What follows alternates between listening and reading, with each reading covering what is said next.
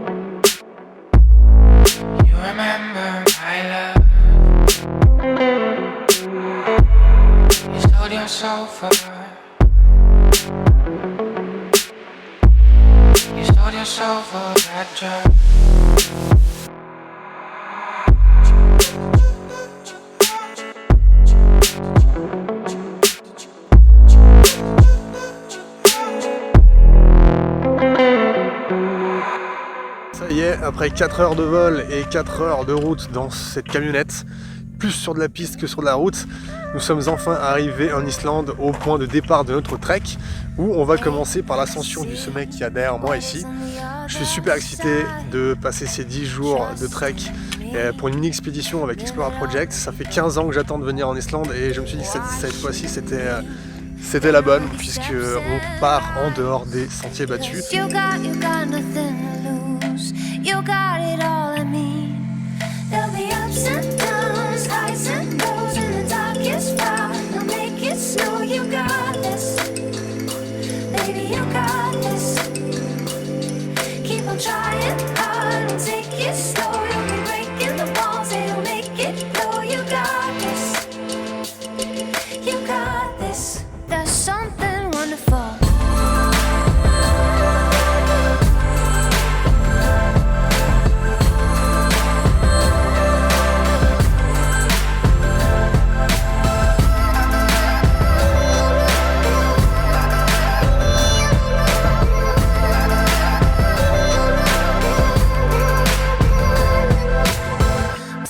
Pour le jour numéro 2, on a campé dans ce magnifique décor là.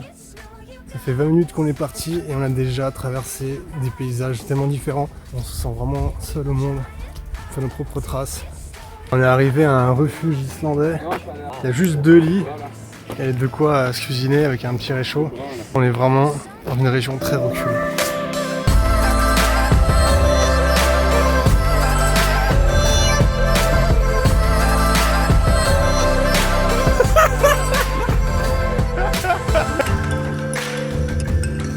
La rivière est large.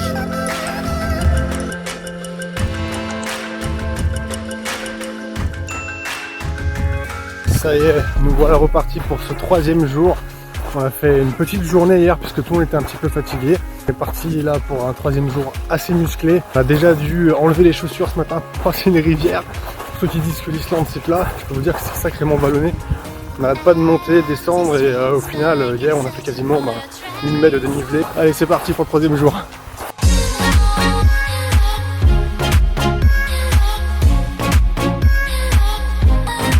En Islande, sachez qu'il y a énormément de moucherons. Il n'y a pas de moustiques, il y a des moucherons qui vous tournent autour quasiment dès que vous êtes à l'arrêt en fait, le soir au campement ou alors lors des pauses. Parce qu'en fait ces moucherons cherchent la chaleur. Comme vous pouvez le voir, c'est très dur l'expé. Bon, on a 20 km dans les jambes quand même aujourd'hui.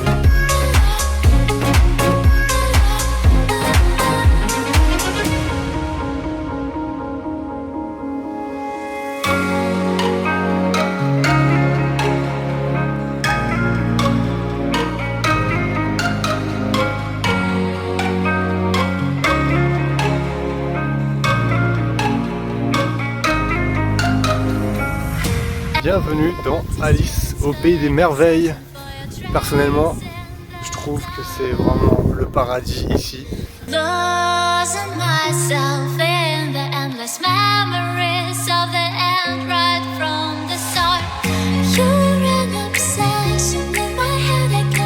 après une vingtaine de kilomètres aujourd'hui, on est arrivé à notre point de ravitaillement.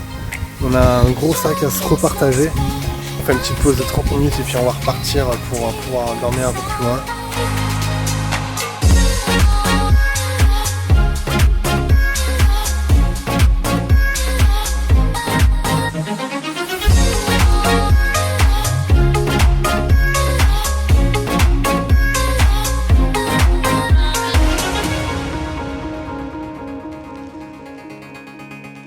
Le jour 3 est derrière nous, on a fait une journée de 25 km. Le soir, on a fait un petit peu d'étirement pour les jambes, les pieds, on a pris soin de nos ampoules, etc. Et aujourd'hui, on est reparti pour une vingtaine de kilomètres. On devrait faire 15 km pour arriver à des sources d'eau chaude. On va pouvoir se prélasser un petit peu.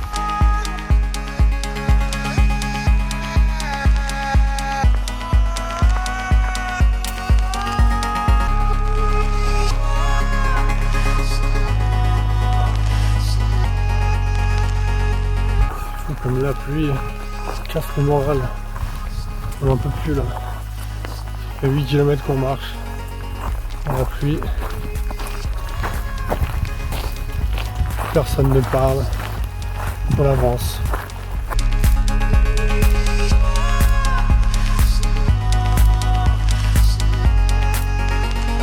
On est tellement mort aujourd'hui qu'on commence à parler bouffe, on commence à parler Maldives. Pourquoi on est venu ici? Maintenant, il faut vraiment se motiver pour avancer après chaque pause. Et chaque col est une récompense.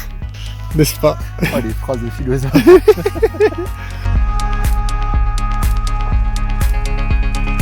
Voilà, on vient de décider. Il faut qu'on mette les crocs pour traverser ces deux rivières décidément.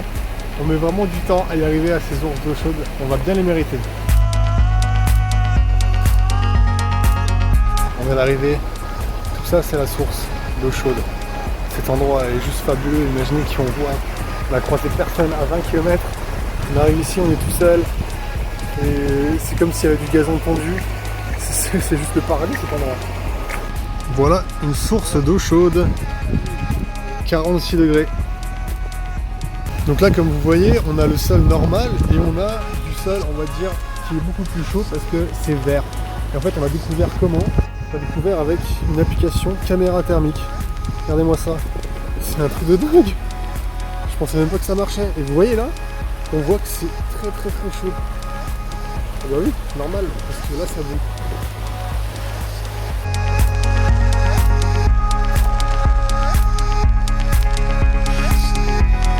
On a fait 22 km à pied là sur la fin, je vous avoue, on marche vraiment machinalement.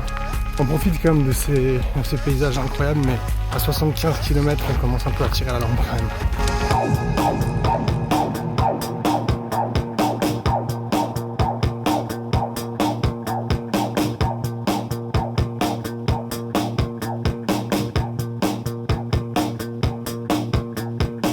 Alors aujourd'hui, pluie beaucoup plus intense que hier. C'est une toute autre aventure qui commence puisque je commençais à avoir vraiment des douleurs dans le dos, aux hanches, un peu partout. En tout cas, là je sens que je vais devoir commencer à aller chercher un petit peu au fond de moi.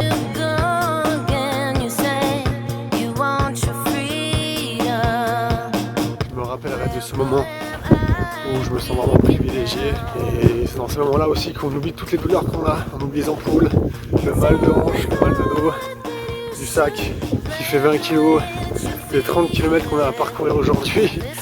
Voilà, c'est pour ça qu'on le fait, pour ce moment-là, pour être à ces endroits exceptionnels, dans des ambiances incroyables.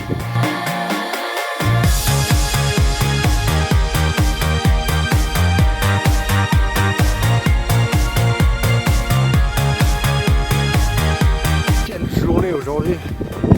On est passé de la Lune, on s'est pris de l'eau, à Mars, on se prend du sable, et du vent, on est dans le sable, on met du sable, et tout ça en 2 heures.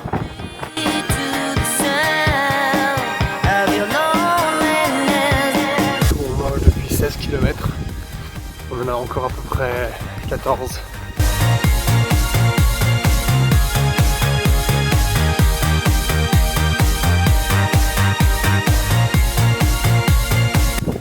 Ma montre vient de me dire 20 kills. On vient de faire 20 km. Plus que 10. Hello, j'en profite qu'il y ait un petit peu de soleil pour faire une vidéo qui me suis mis à l'abri du vent ici. Donc on est le jour numéro 6, on a fait bien 30 km hier. Comme prévu, on est arrivé vraiment fatigué au camp. Enfin pour moi c'était très dur parce que je mange pas assez. Ce soir on devrait manger plus parce qu'on a la chance de pouvoir dormir dans un refuge. On s'est donné ce petit confort là.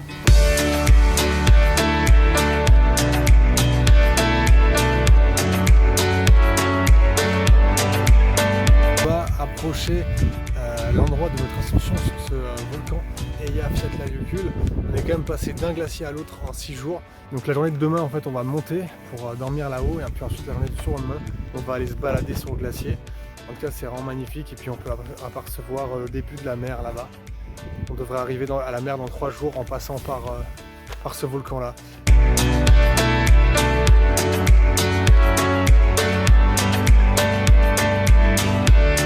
Donc là on est arrivé à Volcano Hut. On est arrivé au ravitaillement, on s'est réparti le poids dans nos sacs et là c'est tellement dur de repartir. Allez c'est parti.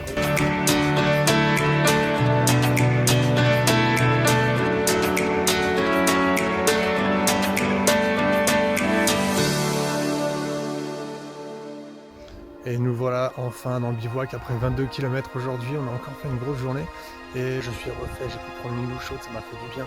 J'ai pris une douche il y a 2 jours, elle était froide.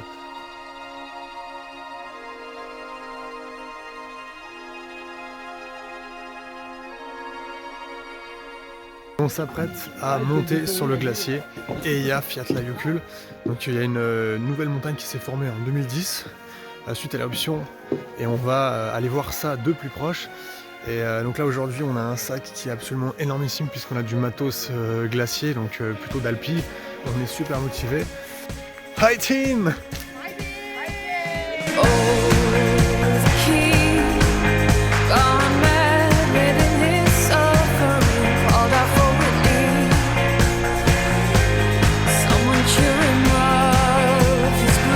On voit ce glacier qui s'étend sur des kilomètres et des kilomètres, c'est vraiment impressionnant. Je pense que c'est vraiment la partie la plus intéressante de l'expédition. Personne ne dort là-haut. On a dû informer les gardes aux environs parce que le temps peut être très mauvais avec de vents violents. Et également, comme nous sommes sur un volcan, il y a des consignes de sécurité en cas d'éruption qui savent à peu près 30 minutes avant qu'il va y avoir une éruption. Et dans ce cas, il y a des fusées bruyantes, des fusées de détresse qui sont lancées un peu tout autour du glacier et du volcan sur un rayon de 40 km pour avertir les voyageurs qu'il y a une éruption. Et comme on n'a pas le temps de redescendre, le but est de se réfugier en haut des collines pour éviter les passages de lave. Ce volcan rentre en éruption à peu près 2 fois par siècle. La dernière fois, c'était il y a 9 ans, rappelez-vous, en 2010. Donc a priori, il ne devrait pas y avoir de risque en ce moment.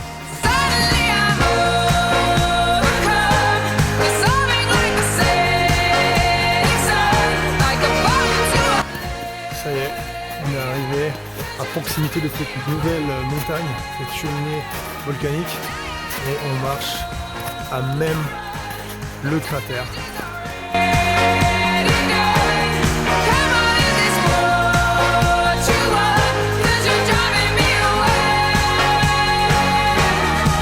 On est en train d'arriver au pied du glacier, on va camper à 8 km du sommet du volcan. La température a vraiment chuté, on a perdu plus de 10 degrés là. C'est les vacances, on fait du camping.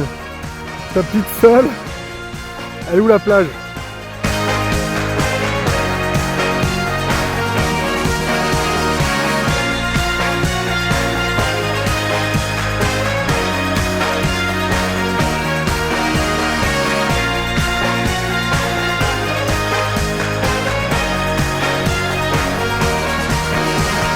Terminé de monter le camp et là on s'est pris une drache. Vous entendez sur la tente, il y a tout qui est trempé, on est sur la neige, on mange pas à notre faim, c'est un peu dur là c'est l'expédition. Ça fait 4 heures qu'on n'arrive pas à dormir. Il y a Kevin qui s'est levé déjà combien de fois? 3 fois? Ouais, 2-3 fois, ouais. Pour reclipser l'extérieur de la tente parce qu'avec les rafales de vent qu'il y a, à chaque fois ça se déclipse. Puis il fait un peu frais quoi. On a regardé là avec la caméra thermique, la glace qui est juste devant nous, elle est à -3, -4 degrés. Merci d'être sorti plusieurs fois. Moi j'avais pas le courage. Test de la tente Samaya dans des rafales de vent sur un glacier en Islande. Bien sûr, quand je filme, c'est calme. Toujours comme ça, quoi. Je fous la dent.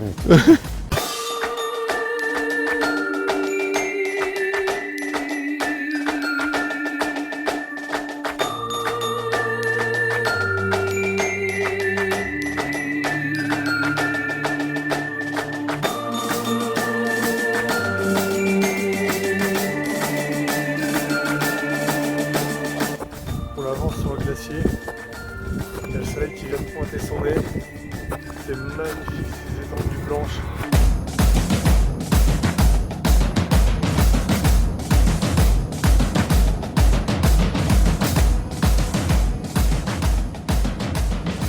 Et voilà, jour numéro 9, on s'est réveillé avec une magnifique vue sur le glacier sur lequel on était hier. Et on a même fait une pyramide humaine pour la photo du jour.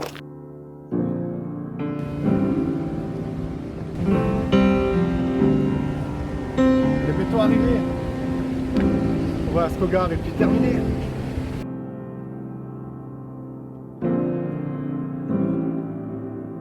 L'Islande, wouhou!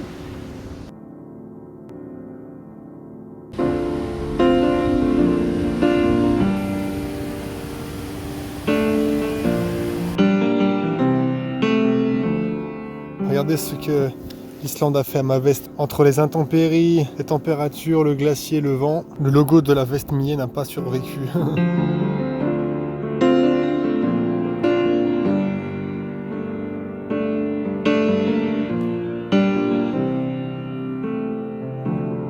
Le retour à la civilisation, ça fait bizarre, hein. Il y a du monde. Et on sent les parfums, les gens. Ça y est, on voit l'arrivée. L'Islande, c'est des cascades. Ce sont également des paysages absolument lunaires.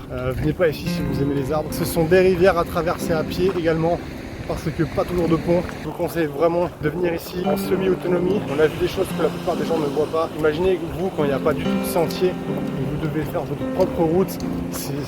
Voilà, c'est une sensation complètement différente. Cette expédition Explora Project, c'est des moments forts, plusieurs activités, de la nuit en tente selon toutes les conditions. C'est de l'autonomie également, ce sont des moments de rigolade aussi, des moments difficiles pour tous. Et en finalité, je pense qu'on est tous très contents et très fiers de nous.